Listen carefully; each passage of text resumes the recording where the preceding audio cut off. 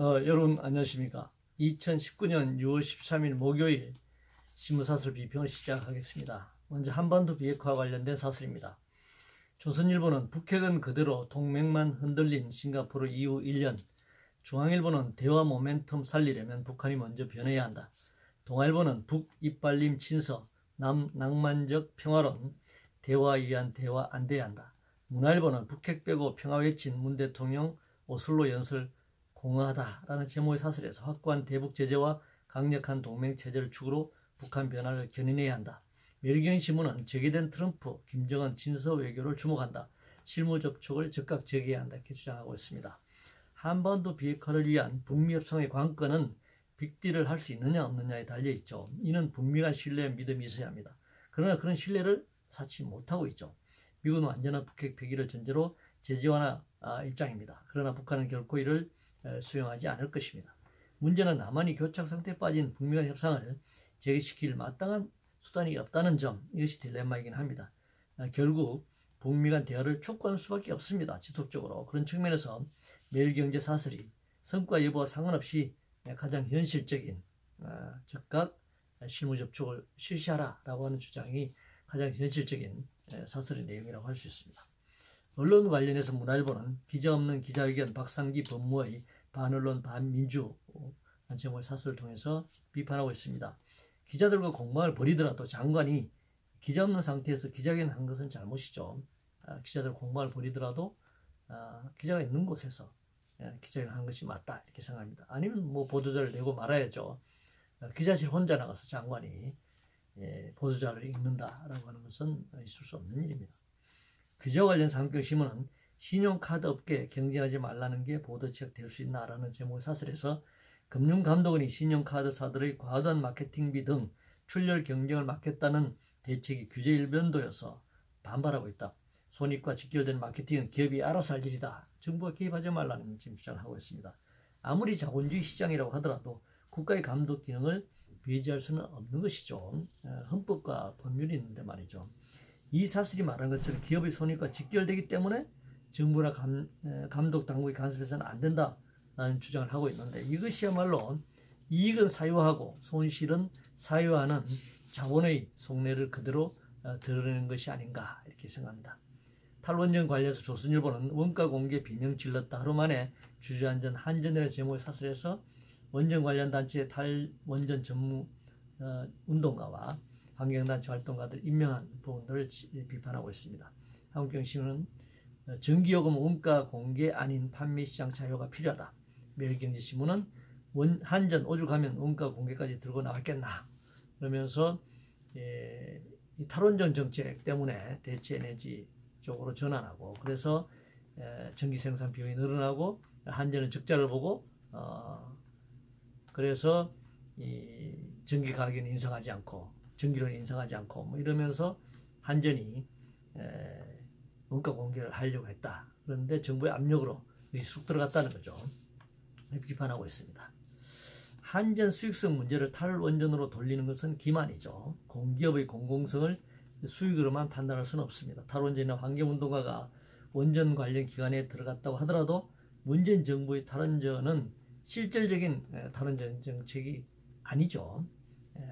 핵발전과 대체에너지 전기 생산 원가 비교를 위해서는 시설 운영 사후 관리 등 전 과정의 비용을 가지고 산출해서 비교해야 합니다. 어느 것이 과연 전기 생산 단가가 값이 산지 지금 조정도를 비롯한 언론들이 자본신문들이 주장하는 원전 핵발전소를 통한 전기 생산 가장 값이 싸다.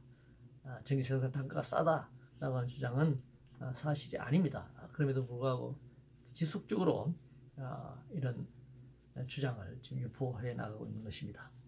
일자리 관련해서 조선일보는 초단기 알바 빼면 고용 감소, 정부는 또 자화자찬, 동아일보는 취업자 증가 반짝 아닌 지속 가능한 일자리 대책 세워라.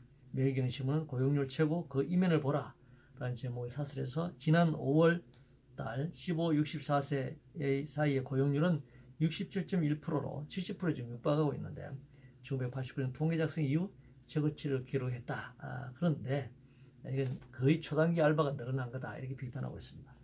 단기 고용이 늘어난 것을 가지고 고용률이 높아졌다고 주장하는 정부도 문제지만 구조조정과 정리하고 장시간 노동과 탄력 근로 확대를 주장하는 자본신문들이 고용률을 주장하는 것 역시 앞뒤가 맞지 않는 주장 아닌가요? 자본의 논리대로 하면 단시간 비정규 알바 노동자가 늘어날 수밖에 없고 그럼 고용률이 높아질 수밖에 없습니다. 그런데 정부가 고용률이 높아졌다는 수치를 발표했다고 이렇게 비판하는 거 이거 앞뒤가 맞지 않는 얘기를 지금 하고 있습니다. 축구 관련해서 중앙일보 롤린에서 축구 사세로선 신세대 태극 전사들 해서 굉장히 높이 평가하고 있습니다. 그러나 스포츠로서 즐길 일이지 애국심을 불러일으킬 문제는 아니라고 생각합니다.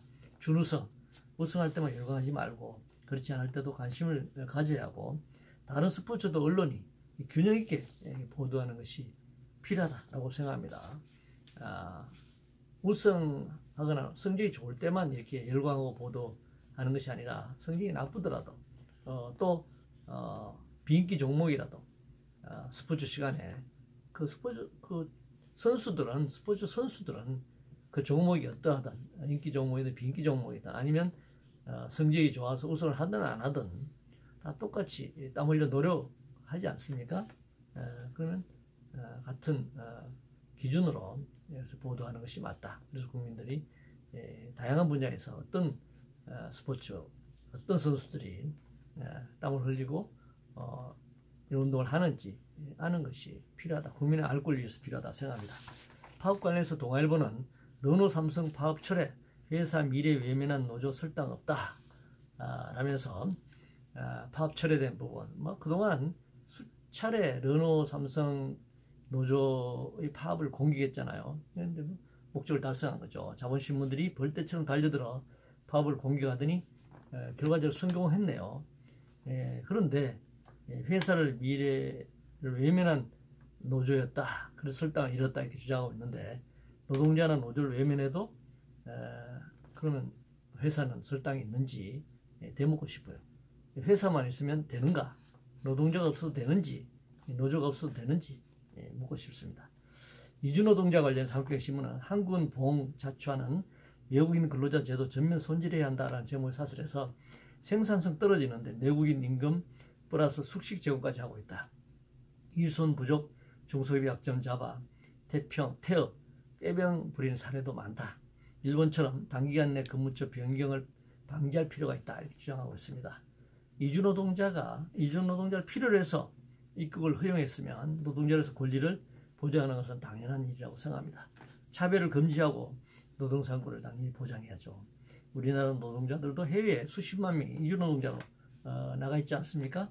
인류의 보편적 가치 입각에서 이주노동자 정책을 펼치는 것이 옳다 이렇게 생각합니다.